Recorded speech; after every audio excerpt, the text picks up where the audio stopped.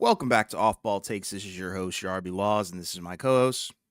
Wells. We appreciate all the support on our recent content. You guys have been killing it. And yeah, we're here with you guys for another live episode, live discussion about the NBA Finals. And yeah, we're here to talk about game two, all that's transpired, between game one and game two, and, obviously some other general NBA rumors and stuff like that as we progress to the end.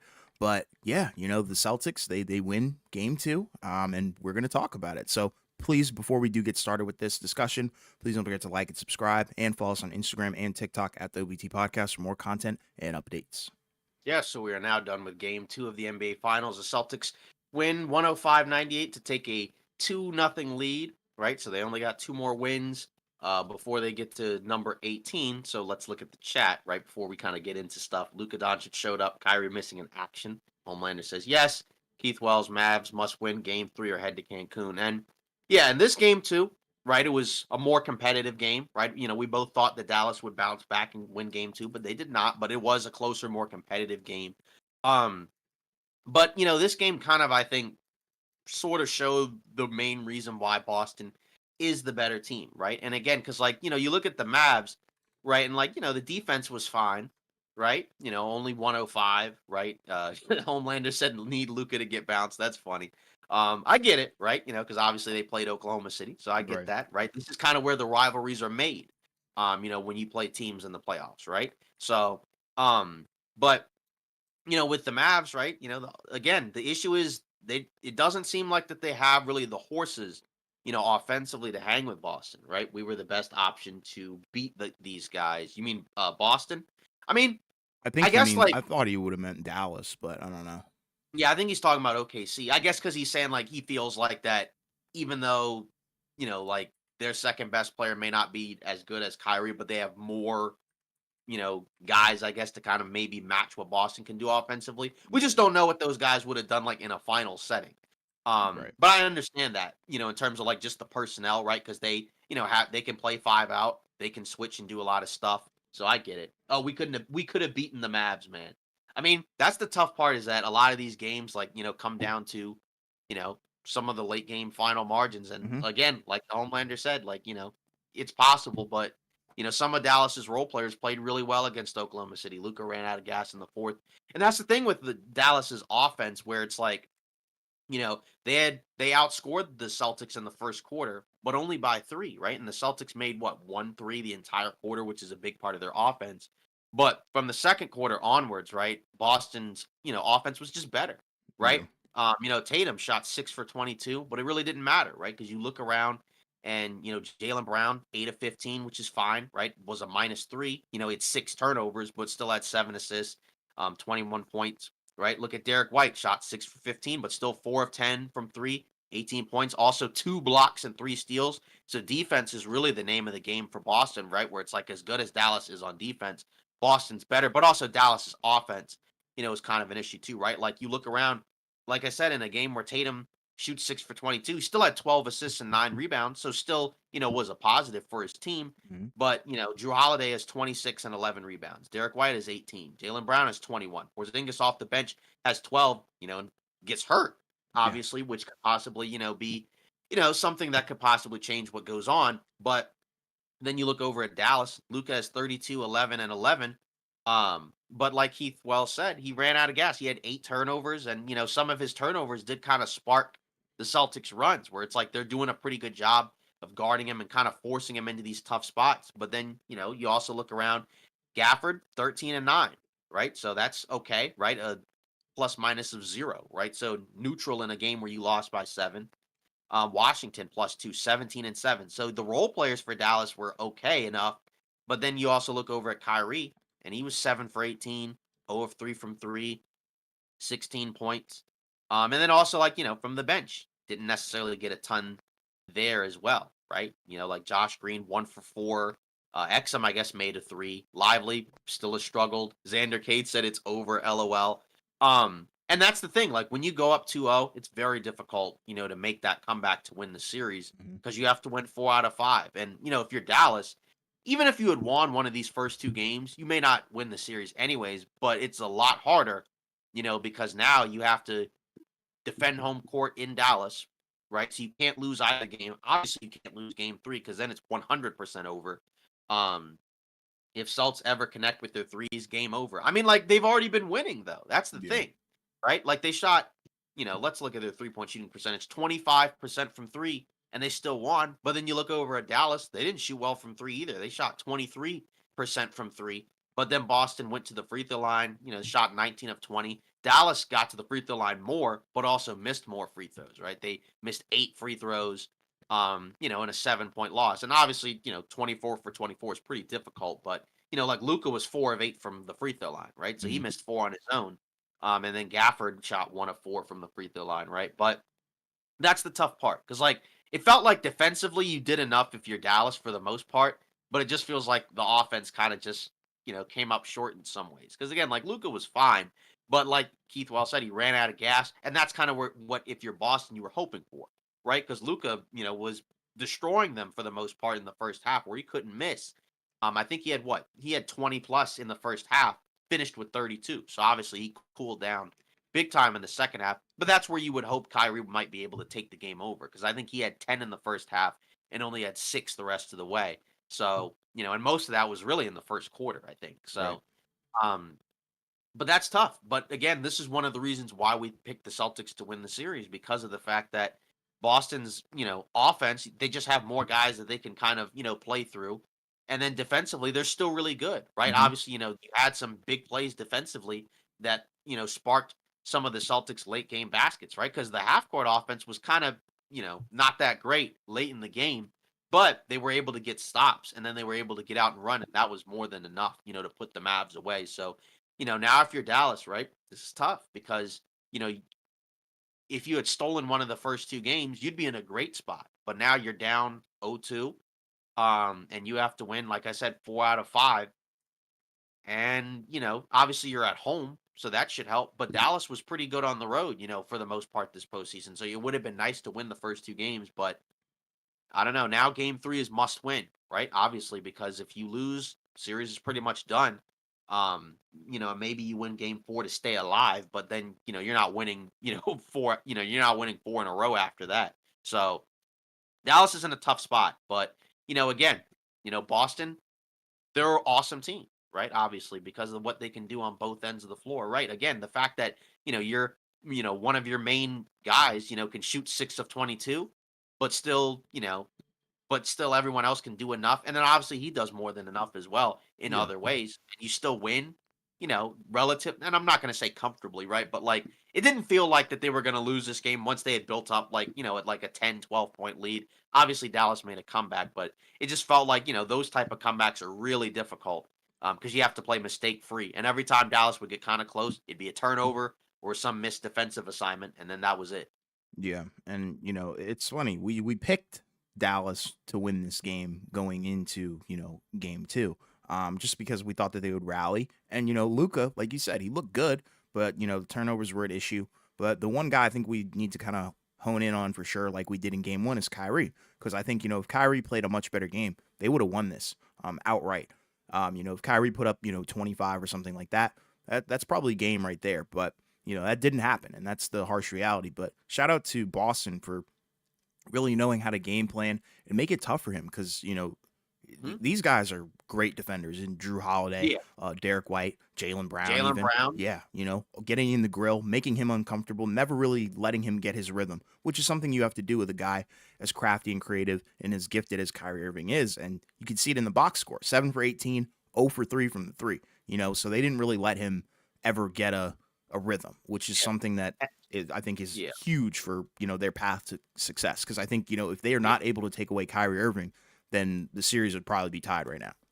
Right. Yeah, and that's the thing. If you're Dallas and you're trying to win, you got to have two of the three best guys, right? And if you don't, then that's probably that's going to be game over, right? Right. Because it's just Boston has enough guys other than their two best players, where again, you know, in a close game, those guys might be able to kind of edge it out, right? Because again, you look through the first two games, and you could probably make the case, say for Kyrie, he probably hasn't even been one of the 4 or 5 best guys on the floor in this Nope. series, right? Because like you could say both Boston guards have been better. Yes.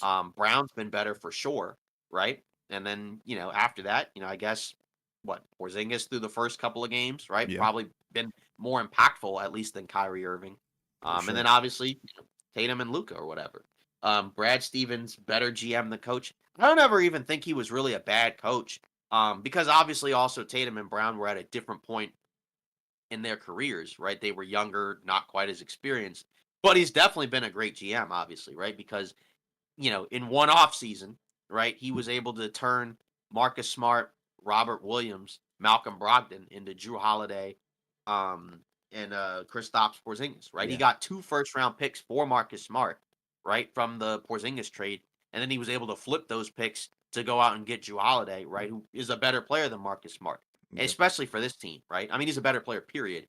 But for this Celtics team, where it's like Smart's offense is a lot more, I think, up and down than Holiday's, right? Whereas, the defense, I mean, at this point, Holiday's probably a better defensive player. So, I mean, Yeah. and that, and then obviously Porzingis is an upgrade at the 5 over what they had before, even though he hasn't even started, in this series at all. But, again, Horford's been able to do fine in the minutes he's been playing. So, that's the tough part, right? Because again, for Boston, this is one of the reasons why, like, again, I'm not going to take a victory lap at all because I had changed my pick, but in the preseason, that was my pick to win the title because I thought that the moves that the Celtics made, right, together with Porzingis and Holiday, would be good enough to kind of put them over the top because it would make their offense better. We already knew they had already always been a good defensive team. But now, they're pretty much, balanced out on both ends of the floor. And so at that point, it's really tough for a team like Dallas to overcome. I think, because like I think there are other teams that could probably match up better against Boston than this team. But, for Dallas, it's tough. So, Yeah, I mean, but really, what did you like and what didn't you like from this mhm. game? Because I think there was a lot to like from I think both sides. But there's Yeah. also a lot to not like. We saw Yeah. I Boston kind mean, of force the three. They never really yeah. tried to like get back into their rhythm. I think, but that was due to the Right. fact that you had some guys who were kind of already going. But as a team, I feel like there were a bunch of guys here that didn't play too well individually, but if you put all their performances together and you really watch the game, you're like, okay, they were clearly the better team. And then kind of same thing with Right. Dallas, but in the reverse. Yeah, for Boston, each guy had their moments at different points. Where, like you said, like Derek White shot 6 for 15, so he had some offensive moments that were kind of weird. But then he also had other stretches where it was really good, and then obviously defensively, like everybody made timely plays.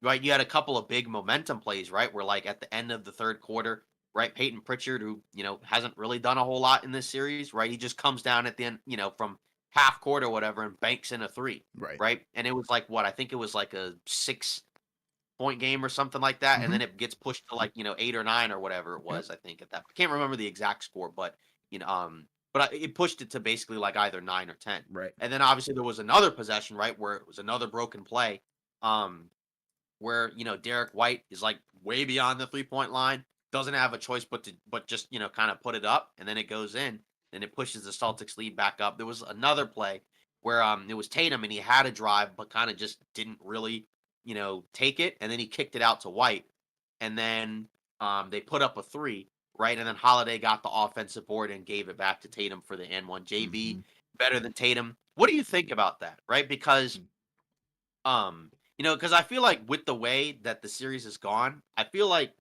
Tatum stock, assuming they win, probably may not change, but Brown stock probably will change, a lot more than it probably would have, right? Because, especially considering like, what happened last season, right? Where it's Yeah. like they're in the conference finals, right? They go down 3-0, which was pretty embarrassing. Tie it up and then get destroyed, blown off the floor at home in game 7, right? Tatum Brown has a horrible game. And everybody's getting booed off the floor. Then he gets like the $300 million huge extension and then has, like his most impactful season. He's playing the best basketball he's ever played pretty much. So, but what do you think about that? Because I Hmm. mean, like, there's a lot of people that I, kind of go back and forth on who's the better player. I Hmm. mean, I feel like it's still Tatum, but at the same time, like, for Brown, like he's probably not that far behind. I think the big difference is that because I feel like because he's not like quite a top 5 guy, it feels like the gap between Tatum and Brown is probably closer than say some other teams where it's like they have a top 5 player and then whoever their co-star is still really good but not quite there. like with Denver with like Jokic and Murray, or with Dallas and with Luca and Kyrie. Right. But what do you think about that? Because because with the Homelander, you mentioned that, and I've heard other people say it, but I still think it's Tatum. But either way, it doesn't really matter because as long as one or the other play relatively fine, and then others play well, they'll still probably beat this team. Yeah, and it's like I feel like it's funny because even what's his name, Jason Kidd, he brought it up. He was like, he talked about Jalen Brown and called them, or called him their best player. Which Right. obviously people were making the memes like, yeah, he's trying to start a locker room beef or whatnot. But I think there's a case to be made for it. I would say more so Jason Tatum is probably the face of the franchise, but just because you're the Mhm. face of the franchise doesn't necessarily mean you're the best player. And the thing is, he doesn't have to be the best player night in and night out. That's the difference. And like you were Right. talking about, the gap for sure is closing in. It's more so like, a Batman and Superman situation versus, a Batman and Robin, where it's like, there Yeah, it's isn't a big. necessarily a sidekick. It's more of a 1-2 punch. Um, which is awesome to have. I think, that's a better construct. I would prefer my team to be constructed like that anyways. Like, I don't Mhm. think it should be a big deal. I don't think it should be a crazy argument. Um, but I think, throughout the playoffs this year, Jalen Brown has played better than Jason Tatum. But do I think, Right.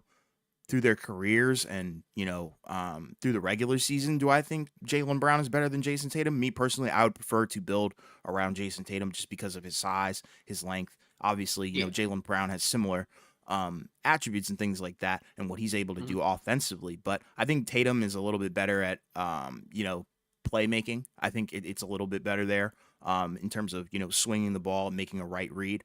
I think Mhm. with Jalen Brown, he's more of like honed in on the scoring aspect, which is cool. You always need that. And it's awesome to have that, especially in a duo. But it's cool to see, one of them can take a night off per se from Yeah. scoring. He Right. doesn't have to be efficient, and that's what we saw. He had 12 assists tonight in Jason Tatum. So I do understand the argument. I would say Jalen Brown's better at some things than Tatum, and Tatum's better at some things than Jalen Brown. Right. Yeah. And Pretty again, much it's like, even. yeah, and I guess you can also look at it from, say the defense is so focused on one or the other, right, that the other can kind of play off the other one, right? Like I mean, like, when you watch the Celtics, does it feel like teams are kind of more honed in on trying to slow down Jason Tatum or Jalen Brown? What do you think about that? Probably Tatum. Yeah, Um, and then from that point, then you can kind of say like, okay, this is where these guys get to take advantage of the other opportunities because that's how Tatum can get like can get 12 assists in a game, right. right? Because it's like he's got the ball, like you said, he's swinging the ball, making reads and kickouts. But like you said, at the end of the day, it doesn't matter that much because as long as one of them is still playing, at a very high level on both ends of the floor, Hmm. then, as long as you can get the other guys to show up, that's probably more than enough. Especially against this team, Yeah. in Dallas, where it's like, there's not as many guys you have to be concerned about offensively other than Luca and Kyrie. Yeah. Because everybody's going to try to shut those guys down and they'll, get theirs, or at least Luca will get his. But um, And look I at don't know. Drew Holiday. Like, he's a huge benefactor of that play style. Like, he made it look Right. easy tonight. There were times Right. where, he didn't this didn't even look like an NBA game for him. This Right. looked like an Yeah. NBA It's like practice. 26. Right. Yeah. 26 points. And, how many of those did he create, off the dribble? Not a lot, No. but he also, but the good news is, which is again, I think a difference between say like him versus a Marcus Smart. Hmm. He puts himself in those good spots because he's reading it and then he's cutting and getting these Yes. open layups or getting these open threes off the ball or again just making the extra swing, right? Like the end one for Tatum. That kind of stuff is really helpful, for a team like this that doesn't have like a traditional, like table setting, guard or Sure. wing or whatever. So the fact that all five guys, that are out on the floor can do stuff like that, that can kind of make up for, certain areas that they may be lacking in, right? And that's kind of what you want, like in terms of when you put a team together, because no team is going to be completely flawless. But, obviously when you put a team together, you kind of want, guys that complement each other, right? Like, Sure. at the end of the day, that can play well next to one another. It's kind of hard sometimes to put players that like are completely, different or like that just don't fit at all together. Not different, but like that where they just don't fit. You know what I Hmm. mean? Because like Hmm. we saw, say like with like a Russell Westbrook in LA, like he didn't fit with LeBron, right? But he fits better, say like with the Clippers or somebody like that. You know, but obviously for the Celtics, yeah, it's a great, very well put together roster. Yeah. Which is why one of the reasons why they won 64 games, right? Obviously, to be fair, we've seen other, 60 win teams or whatever not do as great in the postseason.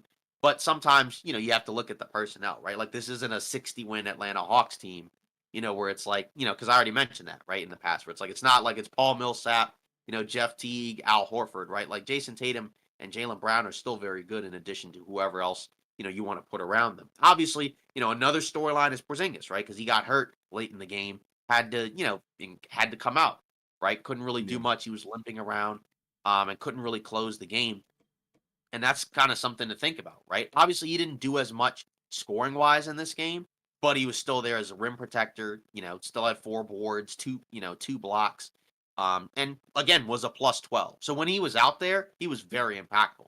So that's kind of something to think about, say for game three, where it's like, you know, is he going to play? If he does play, how healthy is he? Right? How well can he move up and down the floor? Right? Because there was a very stark difference between how he was moving before the injury. Right? Because those blocks he was getting because he was able to get back and run and pin guys' shots against the backboard. Right? He was able to take advantage offensively. Right? Where smaller guys switched on him and just shoot over them and score. But if it's a hobbled Porzingis, right? What does that look like? Does he play? Does he just play less minutes? Because he's probably not going to start next game again, right? At Mhm. this point. So, but we won't really know for sure, right, until we probably get like a day or so in, right? Game three is June 12th, right? So obviously, we're still a few days away from that, Yeah. but it's kind of rough, right? Because obviously that's always been the concern with him would be his health. Now again, maybe they may not need him, but I feel like in Dallas it would be pretty helpful to have him, even though again Dallas has been probably better on the road than they've been at home, up until this point. But I do think you would like to have Porzingis available. Yeah, I mean, now that he's been integrated back into the system, I think it's going to do some damage. I think if they had started this series going into it without him, and it's like, okay, yeah, um, you know, he's going to come back, then I think it would have been a different story. But now that he's going to be leaving the lineup again, potentially, I think that would do a lot of damage to them, more than people would probably think, because you lose a lot of versatility in what he can do on both ends of the floor. Like you were talking about, he was a huge game changer. One of the reasons why they came out swinging like they did in game one, and kind of Mhm. one of the reasons why they didn't look as good, today in game two, where, you look at his minutes and his numbers, he did amazing. But, imagine if he just played a little bit more, the game probably would have ended a little bit differently in terms of probably Boston winning by a larger margin. But at the end of the day, like you said, we don't know what's going to happen. But I think if he's not in the lineup, they're probably going to drop a game or two. They might Yeah, lose both of them. yeah, and then obviously again, for Dallas, you got to have your stars show up in the fourth Hmm. quarter, right? Because again, like with Luca, he had 3 points, one of six in the fourth quarter, right? And again, you could tell he was gassed because he had to do a lot, for a good chunk of the game. And then Yeah. obviously, Kyrie was, didn't really do much late in the game either. So that's the other thing for Dallas, where it's like if it's a close game, that's probably how you're going to have to be able to close it out. But what do you think? Looking towards game three, Hmm. right? Because obviously, game three is in Dallas.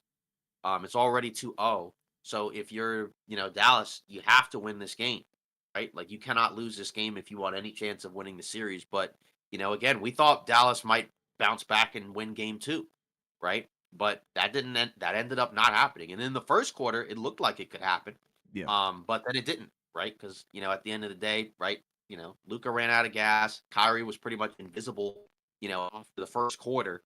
Um, because the role players offensively probably did enough, right? Like, are you gonna like you may not get, 17 from Washington and then, like 13 and 9 from Gafford. It'd be nice to have maybe one guy off the bench, kind of have more than like 3, 4 points, right? Maybe you get a guy that comes in and hits like 3, 4 shots, in the first half or in the second half or something like that. But, Hmm.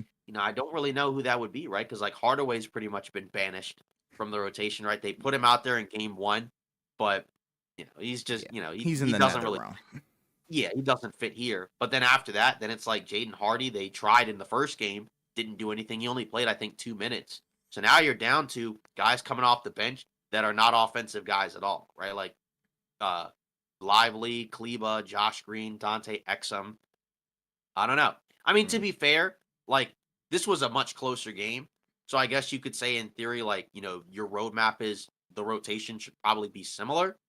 But, again, at the same time, it's like you need somebody, that Yeah. probably could have helped you off the bench, unless you're just going to say Kyrie just needs to be better, which, also does need to happen anyways, right? Because I just think, if Kyrie's kind of just not that great, then they're probably going to lose just about every game, Yeah. if not get swept. Yeah. So, I mean, that's kind of the first thing that I think needs to happen for Dallas in game three.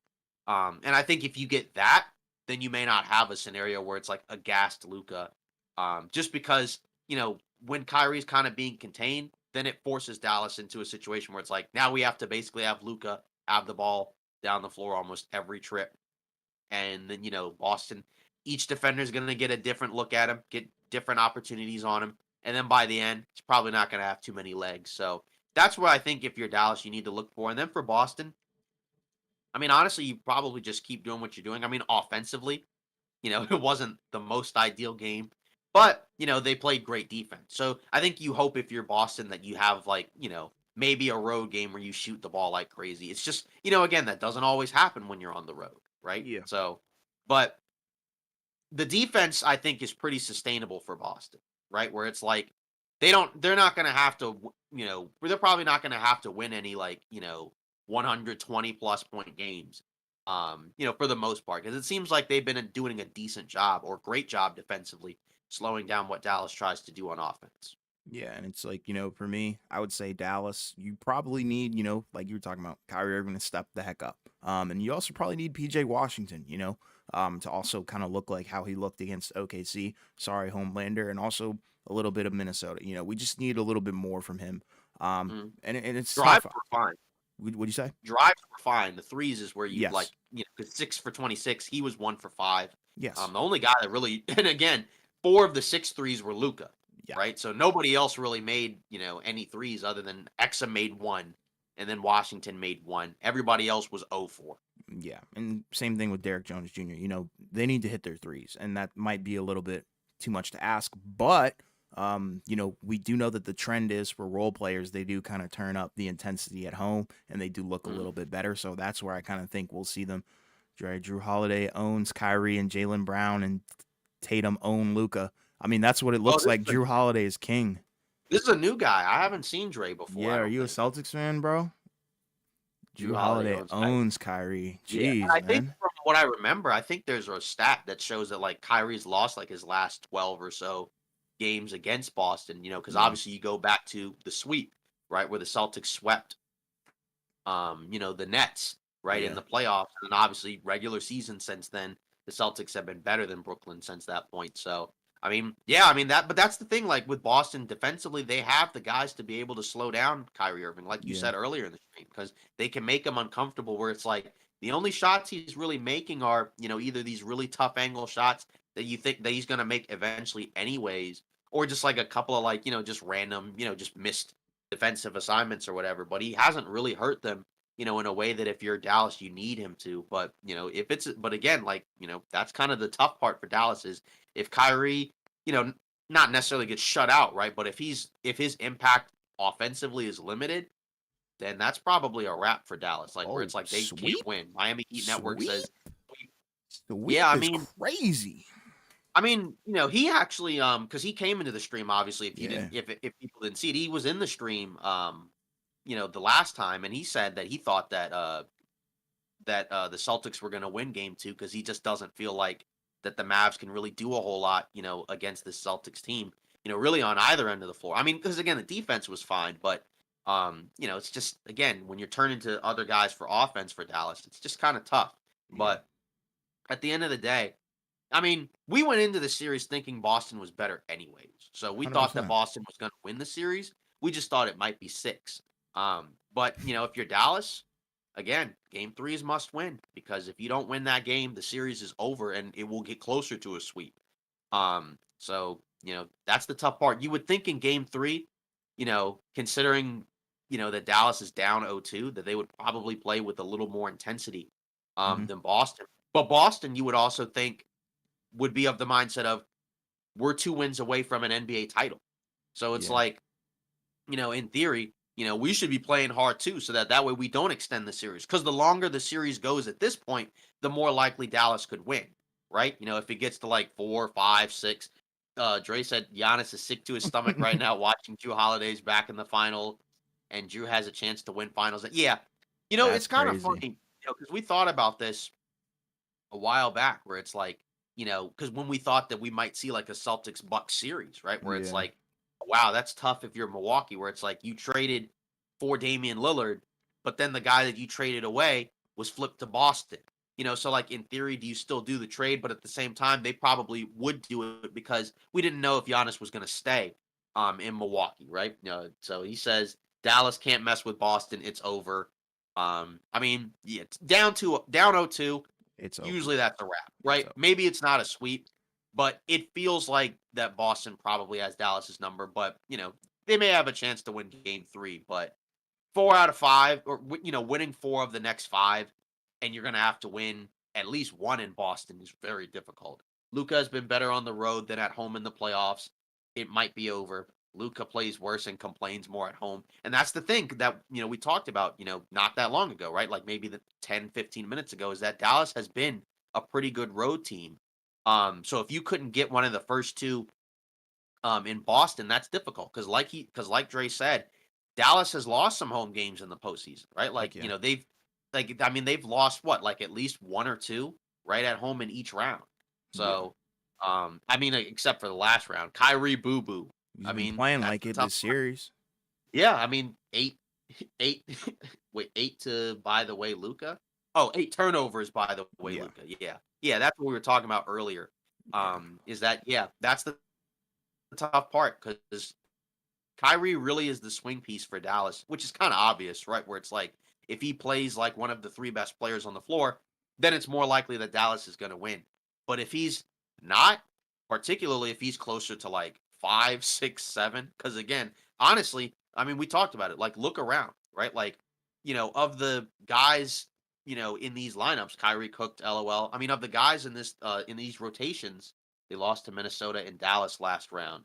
Right, yeah, that's what I thought. Because they lost the one game in Game 4, Hmm. and then I think in the first round they lost. What was it? It was Game 3 in Dallas, right? Yeah. Wasn't it? Or Yeah. 4? It I was think. 4 because that was the one where they were down by like 30 in the first half, Yeah, cut you're it back, right. and then Yeah. lost. Yeah, and then I remember they lost. I think it was might have been Game 4. I think in OKC or against OKC as well, right? Where it looked like they were going to win and go up 3-1, and then Luca missed the free throws. So that's the concern if you're Dallas, is that you've actually probably been better on the road than you've been at home, Yeah. right? It's So tough, bro. yeah, that's the tough part. So it's like, what do you do? Because again, like There's you not a need lot of Kyrie. adjustments you can make except for pray and Yeah, hope that your guys play better for real. right. Because you need Kyrie to be one of your 3 best guys. But like I said, before, I was looking at the comments, right? Like, look around, right? Where does Kyrie rank in terms of how he's played relative to, all these other guys? Because it's like Fourth or White fifth. and Holiday. Because it's like White and Holiday have been better, right? Brown's been better. Even though Tatum hasn't shot well, right? In totality, he's been better than Kyrie Irving. So that's 4 guys, and then Luca's obviously been better, but that doesn't matter as much because that's his teammate. So Yeah.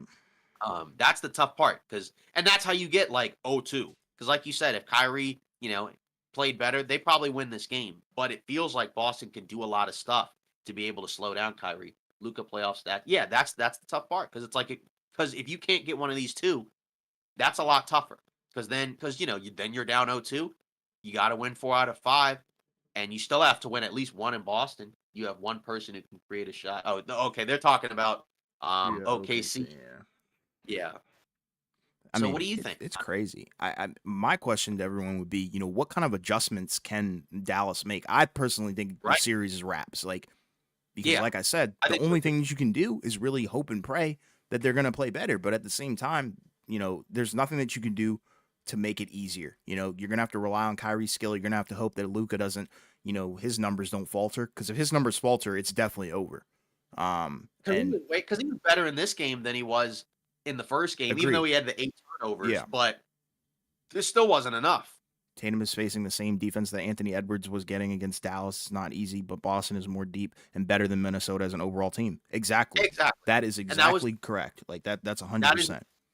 And that's why we picked the Celtics to win this series Yes. because we talked about it, right? Like Jaden McDaniels, as you mentioned, right? It's not gonna, he's not gonna make Luca work on defense or Kyrie work on defense. Um, and then obviously, on the other end on offense, right? Uh, Boston doesn't have a Rudy Gobert. They don't have anybody in their rotation really at all where you're like, we don't have to guard this guy. Yeah. I mean, that's kind of, you know what I mean? Like, who's the worst offensive player of the guys that's playing regular minutes right now for Boston, right? Is it, like one of the bench guys like Pritchard or Hauser? And it's like, but those guys you don't have to rely on as much. They only played 10, 12 minutes, right? Everybody else, like Jason Tatum played 45 minutes. Yeah. Um, Jalen Brown played 42. So I mean that's the tough part. So it's like, wow, there's a lot of discussion about OKC and their chances against Boston in this chat.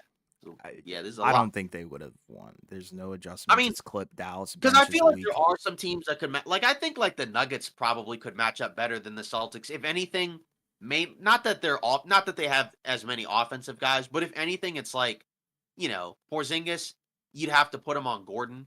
Hmm. But then at the same time, if that's the case, who are you putting on Jokic? Hmm. And that's where it might be tough. Al Horford and Um, KP have locked down Derek Lively, and both Horford Lively, and yeah, KP are going. exactly. Yes. Right? Yes. The way the lobs, which was a big part of Dallas's offense in the earlier rounds, especially against Minnesota. Yeah. And that's and because again, if you're Dallas, that's where you can get some easy baskets is lobs, even in transition, right? You can see Luca trying to push the ball in transition, or Kyrie, trying to push the people in transition, Yeah. um, push the ball in transition, right? But then at the same time, like Boston's still able to get back, and they're able to kind of pick the ball away, and force them into either turning the ball over or they have to kind of reset their offense. Rudy played bad, and Cat also played bad against Dallas. Anthony Edwards was legit on his own, facing double teams 24/7. And that's the thing now where it's, again, in the playoffs, there's so many more, matchups that are important now where it's not just about the overall talent of the team. Hmm. It's all, there's no more, Kevin Durant, Golden State Warriors, or whatever other super teams you want to look at. Lively was a monster and menace against the Wolves. Yeah, like this series, he hasn't played well. But again, if he's guarding a five, it's somebody that can space you all the way out to the 3-point line. Yeah. And if he's not guarding a five, well, then that's not probably great because, then that's somebody that can take him off the dribble. Yeah. And then It's on probably gonna be like offense, Tatum or something like that. Like you yeah, don't and want then on that. offense, yeah, and then on offense, he's not getting any lobs. He's not even really getting a lot of rolls to the rim where he can, Nope. kind of make a play and then make a pass. Because that was also how he kind of hurt, um, Minnesota at times, where he could roll to the basket, but not even necessarily have to go up and dunk it. He could Yeah. also pass and create an open shot for somebody else. Like Boston's taken away a lot of what Dallas likes to do, on offense, other than, of course, like the Luca pick and roll one on one. And you know what Sure. I mean? Like they've Sure. completely taken away the lobs. Yeah. Luca's Um, gonna get his. That's just kind of like how he is. Like that's how gifted he is at times. But then like you look around and Making him work though. yeah, it's not. It's not. I don't know. It's tough to really even like talk about because They're making him work. like the Even on only defense, solution. The only solution is literally Kyrie plays better. right? But Because that's is the he? thing. Like, yeah, because that's the thing. Like, and obviously 7 people in the chat. So shout out that, Yeah. Shout out to again, y'all, man. like, Don't forget to like, yeah, please.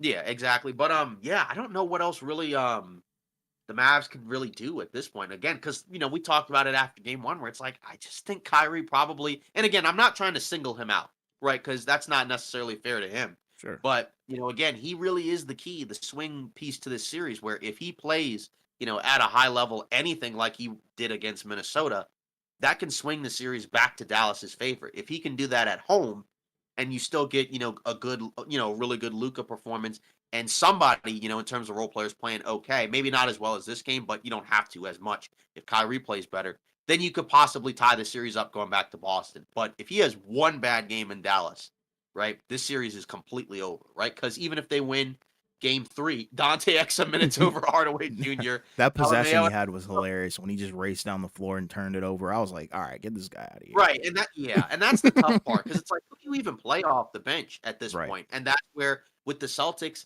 it's not like they have 10, 12 rotational guys, but their starting five is terrific, right?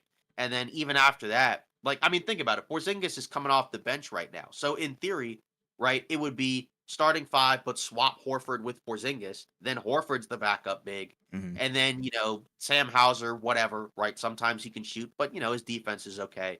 And then Pritchard's like a feisty, 3-point shooting point guard or Sure. whatever you want to call him, Sure. right? So, like, even though their bench guys are not amazing, their starting five is just a lot better than Dallas's. Yeah. And that there's too many weapons. Lively for a rookie has been great in the playoffs. I felt like in both the OKC and Minnesota series, Derek Lively won the big man matchup. Well, now Yeah, he's and going that's up against Porzingis. That's the exactly problem. yeah, exactly. And Porzingis is a different type of big, 100%. compared to the other guys, right? Yeah. Because like Chet, as good as he is a rookie. And he's not going to punish you in some of the ways that Porzingis can. And then obviously, like with Gobert, not going to punish you offensively really much at all. No. And then even Towns, right? Doesn't hurt you on switches as badly as Porzingis can, right? Like, Yeah. and it's weird because I felt like he used to be, he used to play in the post a lot more. But I guess Who, next to Towns? Gobert, yeah. But I feel Yeah. like next to Gobert, like it's just a lot tougher. Remember, Remember Lively should have Lively been should have on been on, yeah, because OKC. that was the trade, right? Wasn't it Case and Wallace? Yeah. Uh, and Lively. Because I Yeah. remember we talked about that because we loved the Lively pick for Dallas and Yeah. we liked the Wallace pick for OKC as Yeah. well. It was Al it was a Horford's good fit also for everything. yeah, Al Horford is also a problem. That's the thing. Horford can still play. Yeah. Even at this, They both dinosaur space the age that he floor. Like, it's yeah, exactly. crazy.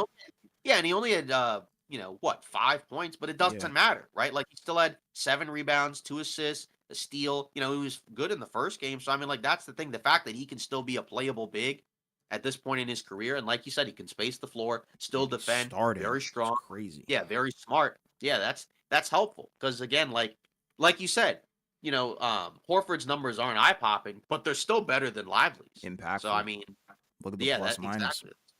you Yeah, know? because I mean, through the first 2 games, I mean, Lively. Let's see, this game, 2 points, 7 rebounds, 1 of 3 from the field, minus 15. Yeah. So that's not necessarily great, And, like, the right? 5 And out I don't sets think are hilarious. Like, if you watch Boston, it's so funny how many easy buckets, they Yep, like Drew Holiday had. Like, Drew Holiday's just, sitting in the paint pretty much sometimes. yep, And yeah, because Derek Lively's not there because he's either guarding, Porzingis or Al Horford, like, it's tough. Like, you really can't do much against that, The only thing would be Kyrie. zone, but they'll make you pay in that.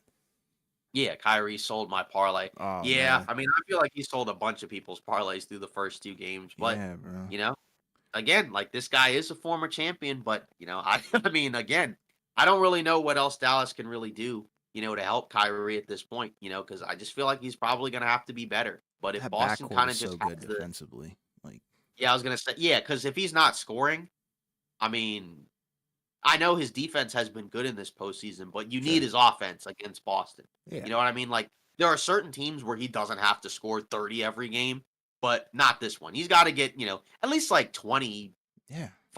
like That's somewhere what we around were saying. 25. 25 and Yeah. they win. Like you said, somewhere around 25, even if he's not super efficient, that's okay Mhm. as long as like, the aggressiveness is there and at, like even playmaking, passing and all that, y'all ready for next season? I mean, the finals is still going on. So I Yeah. mean, I mean, as a but Wizards fan, no, I'm not. But as an NBA fan, heck yeah. It's going to be crazy yeah, next like season. just like basically like put a fork in or stick a fork in this Yeah. one. This It, one's it is over. over. It is over. Yeah. I think, Yeah. everybody can confidently say that. 2025 2025 Celtics Celtics versus. versus who? Man, I don't know. I mean, there's so many factors. I mean, it depends on who's healthy. Yeah. It depends on, The if West is a anybody toss makes up. yeah, because I mean, like, I didn't have the Mavs making the finals going into the playoffs. I had the No. Nuggets. And then the No. Nuggets, ended up, they choked in game 7 against Minnesota. Yeah. And then like even with the Nuggets, it's like, they could lose KCP, right? And if they lose him, not that he's their most important player, but for a team that doesn't have a lot of depth, you don't really want to lose a guy like that. Your roster becomes bare bones.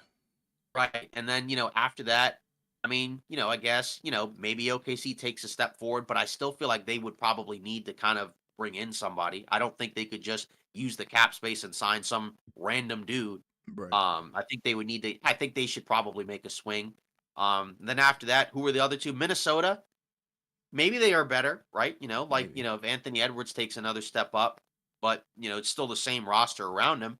And then after that, I mean, Dallas, do they get back to the finals? Nobody's beating Boston. They're going back to finals. West, I don't know, man.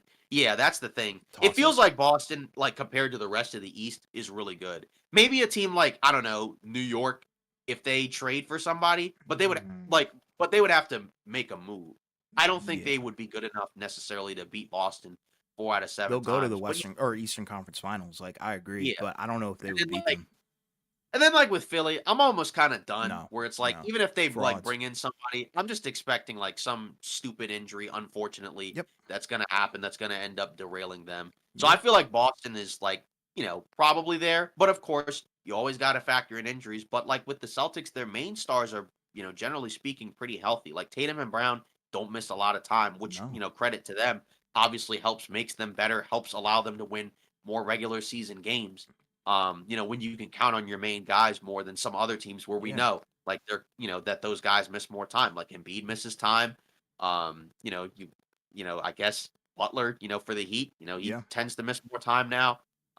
Just throw in somebody else, right? So Yeah. Giannis Bucks, recently too, Bucks, which is kind of interesting. Bucks. Oh man, um, No, that's the funny. Bucks are funny, bro. That I that's mean, I the guess, funniest team in the league right now to and me. I do wonder what they do because it's like I think they're a second apron team, so they may Yeah. kind of be locked into the roster they have. Um, But outside of Giannis, everybody else on that roster is kinda old at this point. So, Yeah.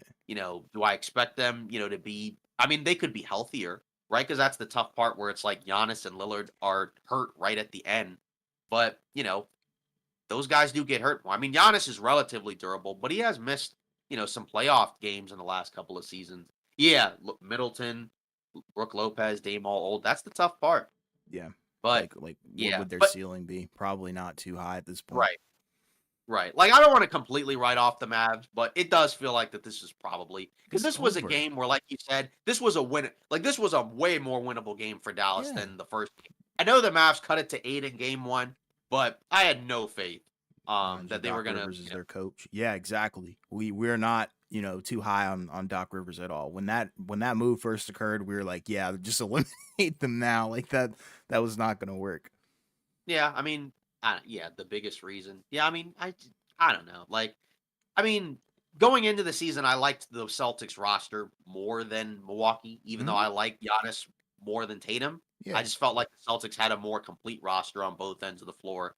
And, Milwaukee's defense got better over the course of the year, but I don't know. I don't know. I just didn't really trust them as much as Boston, which, sounds kind of weird, but at the same time, I just feel like they got better players on both ends of the floor. And Heck Milwaukee's yeah. old.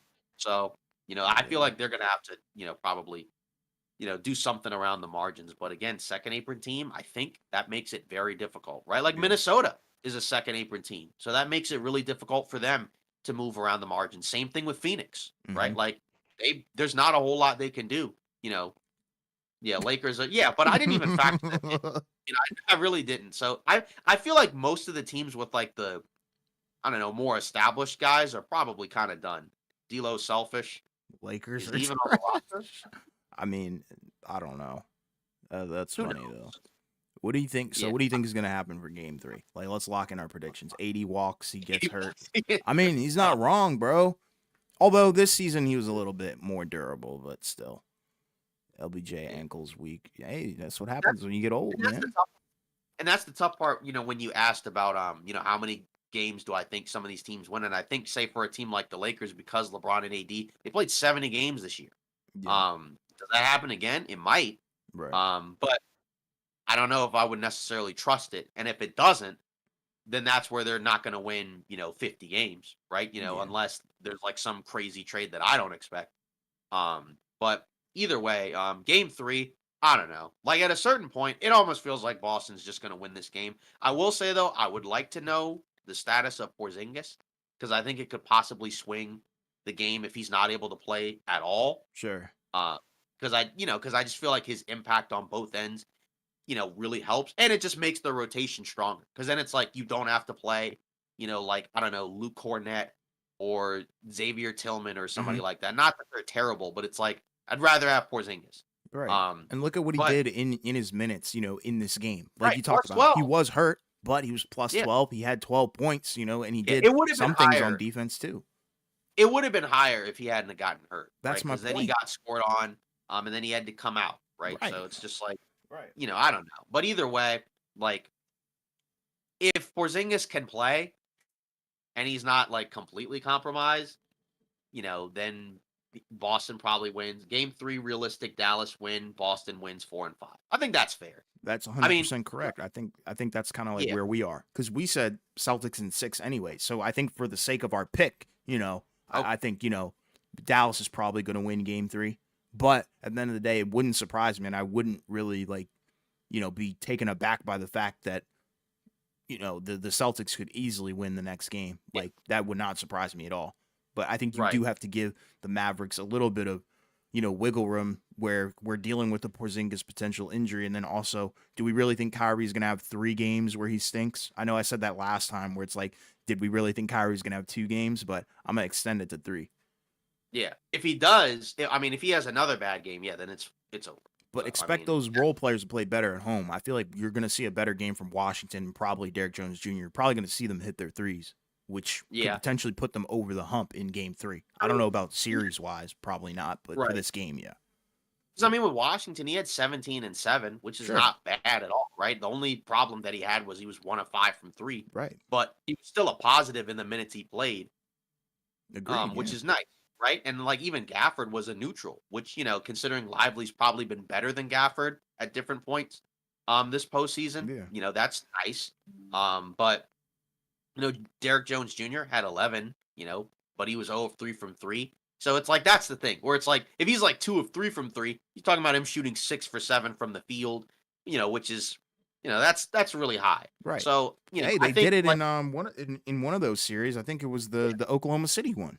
They exactly. look And like that's the tough part. 'Cause I feel like this is a game where like it would have been really nice to have won if you're Dallas, just because I yeah. think offensively you got enough from your starting five, like other than Kyrie, where Hmm. it's like that probably could have been enough to win. Yeah. Because it's just like, if it's game 3 in Dallas, like, yeah, PJ Washington could have another 17, Yeah. point game. Do you But he think might it? end up but Do you, then he might end up not having as good of a game. Or, worse off, like Dre said, you could have a not as good Luca game or yeah. something like that. Or, because, he's mentioned that Luca's actually been better on the road than at home, But Yeah. I mean, like, I feel like scoring wise, playmaking wise, he's been fine. The turnovers, though, are just that's the rough part. But part of that is because of what Boston's able to do that a team like Minnesota couldn't do. Yeah. Do you think, with the whole Kyrie thing, do you think that it goes beyond, just him playing? Do you think like Boston's kind of getting to him, like in terms of like the Oh, environment and being booed? What do you think is going on? Like, do you think it goes beyond the fact that the Boston Celtics have this amazing dynamic, defensive, all defense, backcourt on him, or what is it? I'm sure it could be both, Okay. right? Because I mean, like, when you look at it, like, yeah, he played for Boston. Obviously, they don't necessarily love him that much No. anymore, right? I don't think that's a hot take or anything like No. that. Again, like trying to think, the last time Boston beat or the last time Boston lost a Kyrie team was when he was in Brooklyn the year with Harden, right? But Hmm. obviously, like that was like a much more one-sided scenario. I think Boston had some injuries as well. Yeah. Um, but I think it's a combination because I do think that like Boston defensively just has guys that can slow down Kyrie, 1 through 4, and even Sure. Porzingis, right? Like you don't necessarily want him, always guarding Kyrie, but he's just a more mobile big than say like a Gobert. Where it's like if you're gonna try to shoot over Porzingis as Kyrie Irving, like good luck with that. And then obviously if he's in the paint, excuses, he's just missing his dad. Like to me, like for me personally, I don't personally think that the Boston stuff is bothering him as much. I Okay. think it has more so to do with that Boston's defense is just Fair. shutting Yeah. him down. Agreed. He's missing, and I think like you do kind of wonder, like, say if Kyrie doesn't have as good of a series this time around, Hmm. does that change some of the discourse that people have about him? Where like maybe some people are like maybe he's better as like a third option or like Oh, like a are we gonna go that far? Would you go I'm that far? No, like, I'm not Me saying neither. that at all. I'm just saying, like, I do wonder, like, if he has a rough series, does that kinda change some of the discourse about him? Because the discourse this year, especially with the playoffs, has been very positive. Hmm. But it's tough because like, you don't wanna have, like, one rough series completely define, that. But Yeah. it is just kind of interesting, I just right? think Just because. it feels like it might be the start of the regression, maybe, like, Okay. the start where you kind of start to really see the regression, because obviously regression happens with time. But if you, Joel Embiid, what are you gonna do? You got young boys like Anthony Edwards and Tyrese Halliburton making the conference finals before MVP winning Joel Embiid. I agree, Yeah. and I'm not an Embiid guy. Like, y'all know, if y'all watch the podcast, y'all know that I can't stand Embiid. You know? What is okay, so let's look at both of these. So I guess Okay. like with the Philly thing, I mean, I guess that's why they're looking at trying to bring in, another guy. Like what are they talking about? Like Paul George Yeah. or, Jimmy Butler Bro, or are those guys really gonna help you though? Like, I mean, get to again, the Eastern Conference Finals? Are you gonna get to the finals though? That should be their number one goal. right? Because that's the thing. Like the goal if you're Philly is you're trying to win a championship. Like, Heck yeah. because you have, an MVP caliber guy. It's just the question is, can you? Right? Because, you could put together a really good roster, but, if Embiid just isn't available or isn't himself, like it's not going to matter. You Right. know what I mean? Like I guess obviously if you have like PGA in it, I mean, He's not. he's definitely I don't yeah, like he's He's not a not the definitely not answer, a bro. number. Yeah, I mean, like, that would be my question. Who is the answer if you're Philadelphia? I mean, maybe somebody might make the case and be like, Tobias Harris had 0 points in a must-win game that was kind of close. So maybe if Sure. you replace that with a Paul George or a Jimmy Butler, like maybe that helps. But it's like that's also the Knicks. Like, is that enough against the Celtics? I mean, Yeah. like, because again, like some of the stuff that, say like Luca and Kyrie would do against Gobert, they're gonna do that to Joel Embiid. You saw Jalen Brunson do that, right? Yeah. Because let's see. But Joel Embiid never even made the conference finals though. Um, also Miami Heat Network said, what has he done since he left Cleveland? I think he was talking about Kyrie. I Nothing. mean, let's see. So he went to Boston, Didn't do right? anything there. They yeah, the first year didn't even play in the postseason, right? Nope. And Boston got to the conference finals. Second year he was there, they lost, I think, in the second round to the Bucks, Yep. right? Then he left and went to Brooklyn. Yep. First year was basically a bye because Durant didn't play at all. Yep. Then the following year they got Harden, Yep. looked really good. Then he got hurt, right? And that pretty much, kind of ended their chances, although they were very close, right, with the Durant toe thing. Then he pretty much kind of tore Brooklyn apart, right? Yeah. He ended up not playing, wasn't available for multiple reasons. And then they split that team up, right? They got rid of Harden. He wanted out. Then they got rid of Kyrie and KD. Now he's in Dallas, right? Last year was rough. They flipped it this year. But I don't know, because that is kind of an interesting conversation. I mean, like, he got to another finals, but at the same time, I don't know. Like, he's not gonna be ever like in the tier one of all time players, right? No. But No. like He's never even really he's still been like a number one, like on a championship right, team. but he'll still be a Hall of Famer. Yeah. He'll still be, one of the, I guess, most memorable guys to play. But I don't know. I feel like I said, because we talked about it earlier in the stream, I think the main guy that the discourse will be changed for is probably like a Jalen Brown. Like I guess Luca's status, will be elevated if he wins a title, but he's also 25, so it's not like it's not like if they don't win it this year, he'll never win one. Yeah. Although again, opportunities may be less and less because the West will be good. My point, he has done nothing.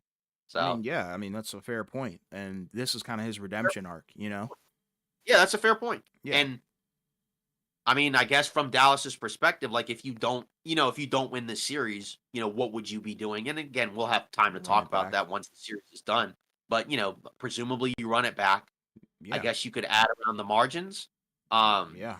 you know, and that's kind of what you have to do because I mean Yeah. they pretty much they gave up the picks to get Washington and Gafford, so they're pretty much locked into this team. So Get rid of now at this Hardaway.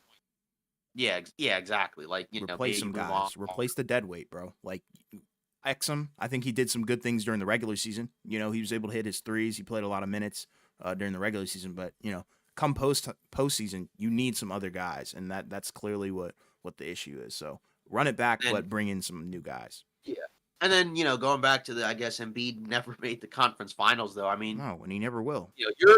you're the Jimmy can go to the Sixers bye bye. I mean Yeah, again I think if you're the Heat. Kind of feel like especially like if you're the Heat and you don't want to give him the extension, then you have to trade him. yeah, Because if you wait too long, you're not going to get anything back for him. Yeah. At least Like, what now, are you getting back? yeah. But if it's Philly and they just absorb him into the cap, you're probably just getting picks. And then it's like you're just kind of gambling on like that the Philly thing doesn't work out, and then they just end up stinking later on, which could happen. Um, but who knows? But in terms of him, you're the resident Embiid, lover, I guess, right? Or Hell no. critic. Heck no. Yeah, I'm, Heck no. yeah, I'm joking. Critic. He's So I guess I'll let you take that one. I mean, for me, he's been a regular season guy ever since he started getting the hype. That's kind of how I feel. Like, and he said he's never even made the conference finals, but he's an MVP. That's cool. MVP is a regular season award. We already know. I think he has limitations. His body has limitations. His game. I think is awesome to see sometimes, but at the same time, it's also a little bit overrated if you really look at what he's able to do. But I do understand the argument where people are talking about like, yeah, the only way you can stop him is to foul him, but the baiting is ridiculous. But that's just kind of like personally attacking his play style. But if we're keeping it objective, I don't think he has really what it takes, and I definitely don't think Philly has the pieces. Joel will never be healthy, exactly, and that's why they'll never make the conference finals, and they'll probably never win a championship, at least on that Philly team. Like, I Right. don't think he'll win a championship in Philly. If he goes somewhere 'Cause else that's already established and they have a team built and really arguably a super team, that's the only way I see him winning a ring is if he's on a super team. the issue is that they're very reliant on him, but he's already 30. So what's the likelihood that he ends up being healthier? Right. Right? You would need him in probably a lower usage role. And like you said, the only way that happens is if he's traded to, like you said, an already established team. But I guess the question is, and again, this is like way off topic, but again, we've already kind of talked about the game as much as we could. Yeah, we already gave our So we're predictions. just So kinda interacting. Yeah, so we're just kind of interacting with the chat here. So, thanks to everybody who's in here. But what would even be like a realistic trade package for Embiid? That's funny. Bam and Embiid, come on. I mean, Philly would want the King's ransom, bro. Like they would want everything. That's my thing. Yeah, How many teams would be willing to give that up? Like, right, I think it might be more of a situation where he potentially walks, right, but I don't know what his contract looks like off the top of my head, so I don't know. I can't really make like an educated argument right, about that. But right. a package would have to be, a bunch of picks and star or something. Just because of the caliber that the NBA has put him in. Like, and I know a lot of fans don't have him in that caliber of player. The Suns would be stupid enough to do something like that. But I don't even think they realistically can. Like, I don't think they Suns do anything. I Yeah, don't think exactly. they can. Like in terms, because I mean, the issue is that the contracts would have to match. But like, if you're, Okay, so then Philly, Durant for Embiid, would that match? yeah, yeah, I maybe, but I mean, why would you do that if you're The Philadelphia? Suns Like, would do that. what? Yeah, the Suns would agree to that. Like, this is literally some NBA 2K stuff. Like, it's not Yeah, gonna happen. That's why I think realistically, if Embiid is going somewhere else, it's gonna be like through free agency, or if he like forces his way out. But even then, how realistic would it be? Like, what on earth would you have to give up? Like, we could plug it into like a trade machine or something, but like, it's probably never gonna work. right. Like, because I mean, like, because people at one point, before this season started, talked about like, him going to a team like, the Knicks, and it's like, well, at this point, what is the trade package that the Knicks could put together? Well, I know they can't, but the point is that, yeah, Yeah, exactly, that is exactly. true. Yeah, because they tried to get they put a lot of chips on the table to get Durant, and then they put chips on the table to get Bradley Beal. I mean, I guess it was Chris Paul for Beal, so it wasn't like they gave up a ton, but they did give up picks. So, I mean, Yeah, that was the yeah, dumbest thing they could have possibly done. I Looking back yeah, on it. yeah. Looking back, like the stuff Phoenix did might actually be worse than it feels because, especially now with the new CBA, it's kind of the worst time to put a team like that together because you're literally not going to be able to do anything. Like They really they're thought they could probably win a going to be ring with forced to that, bro. run the team back and then just sign guys on minimum contracts, hoping that they're good. Oh And they my can't even god. do what they did this trade deadline, where they took a bunch of minimum contracts and traded them for Oh one my guy. You literally god. can't do that as a second apron team. 2 years in a row. So you're not going to be able to take like what was it, Watanabe, um, what was it, Keita Bates, Jop, and others, and turn it into Royce O'Neal. Beal is not it. You know, Dude, I mean, bro, it's just a case of like, you put up amazing numbers, on a team that's horrible, you go somewhere else and you get exposed because now you're not in that situation. Now you're in Yeah, playoff basketball. Keep in mind, we haven't seen Beal in playoff basketball in a long time, and his debut right. was not very good. That was a team. Yeah, Phoenix was a team where I don't know. Like when they did the Beal trade, I guess I understood why they did it because it's like, yeah, he's an upgrade as a player over Chris Paul. But I'm just Yeah. like, was that really what they needed? Because I'm like, like last year, if you swapped, Chris Paul with Bradley Beal, does that change them beating the Nuggets? Like probably not. No. Homelander says Beal is trash. Bro, Um, I mean, you can't really argue against it, bro. Look at the elimination game. Look at his stats during the series. They put him on lockdown. He it's wasn't just efficient wild. and he got bullied. I don't know why Yeah, they had him on Anthony Edwards. That was ridiculous. it's just wild because, like, towards the end of the regular season for the Suns, he was playing pretty well. But then, I guess, It's the regular season against though. Minnesota, it was a bad matchup. But it's just wild because let's see, D Book or Mitchell. Are we just saying like in terms of who we think is better, or like Taking which, D Book. D Book? I'm taking D Book in any category over Donovan Mitchell. Even though I love Donovan Mitchell, I think Donovan Mitchell's game is like one of the most underrated in the league right now. But Mm. you can't argue against what D Book is able to do. He gets the spots. Book Yeah, Book weak in the playoffs. Book was weak in the playoffs. yeah. He had a Yeah, bad series. He had a yeah, bad series against Minnesota. yeah, I think yeah. like with Mitchell, I guess the difference is like because he's a better athlete.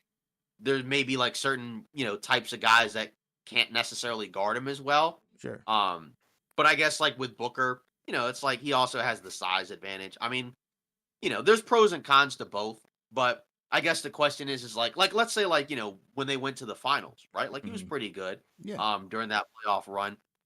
But obviously, with this team, it's a little bit different. Because like with Booker, he can play some point, right? Mitchell can, I guess, play some point. Booker's a better passer. But yeah, I do think like with Mitchell, I guess one of the advantages that he does have is the athleticism part. sure. I'd be okay with Mitchell coming home. So like if you're Miami, I guess I just don't think the Suns are gonna trade Devin Booker anyways. Like that's the guy that you would No. want to keep. If you're the Suns, like you'd rather get rid of Durant or Beal, before you get rid of Devin Booker. Yeah. But Mitchell is a wild card because it's just like I don't know what the Cavs are gonna do. Because like like to me, if I'm Cleveland, like I would rather just kind of you know trade Mitchell and just kind of regroup and then just kind of Sure. just be like, you know what, we tried it, didn't work. Let's just trade him for whatever while we still can and get some stuff back, and just kind of just go back to the young guys, because you're probably not going to be that great as currently constructed anyways. I mean, I guess like in theory, maybe there's some trades, but like, could they realistically beat the Celtics? Like, probably not. I'm gonna head out. Good stream. Yeah, it Appreciate was you good coming talk. through, buddy. We got to Yeah. have you on So another time, bro. yeah, exactly. But yeah, that's the thing because it's just like I don't know. Like if I'm Cleveland, I would rather just move on from Mitchell. But Yeah, I mean, agreed. they who knows? They may not. I don't know what they're gonna do. I'd They're, like to like continue to build with Darius Garland and Evan Mobley and see where that takes you because I think that has a lot of promise at the end of the day. because I just don't think that Cleveland team has a high ceiling. No, And you're obviously, right. like you don't always have to look at it as championship or bust. I just feel like it's gonna be a super expensive roster with a low ceiling. So it's like, what's the point? Like, there's no point. You're Right. better off just like you said, and like I said, like just kind of building around the young guys, Yeah. see where that takes you. And then do whatever. Right. Obviously, like at a certain point, like you would like to kind of parlay that into another star, but I just think that Cleveland team is kind of capped, Yeah. with where they are. 100%. Maybe they shock the world and bring in somebody that I don't expect, but It's not I capped. don't know. I still don't feel like they'd be good enough, but Yeah. maybe that's just me. Yeah. Maybe that's just recency bias after the Cavs kind of, didn't do good last year. Obviously they, tried against Boston. They just weren't good enough and they were hurt. Yeah. Mhm. Well, I mean, I think we covered pretty much all NBA teams. We talked about the Wizards. I'm happy. We talked about the Suns, but obviously I'm just joking. We talked about the Mavs, the Celtics. We talked about, the finals, our predictions for game 3, thoughts on game 2. We've got an Yeah. episode to record, so, that'll be out tomorrow, but these were our spur of the moment thoughts. Thank you everybody who showed up for the stream. Thank you Dre, thank you Keith Wells, thank you the Homelander. Thank you Miami Heat Network. And I think that was it. Oh, Xander Cade as well. Thank you all for showing up. Thank you all for your comments, all that stuff. We got an episode to record. We will see you guys on the next stream, and that will be after game 3. So, once again, thank you for all the support. Please don't forget to like and subscribe if you are new, and we will see you on the next one.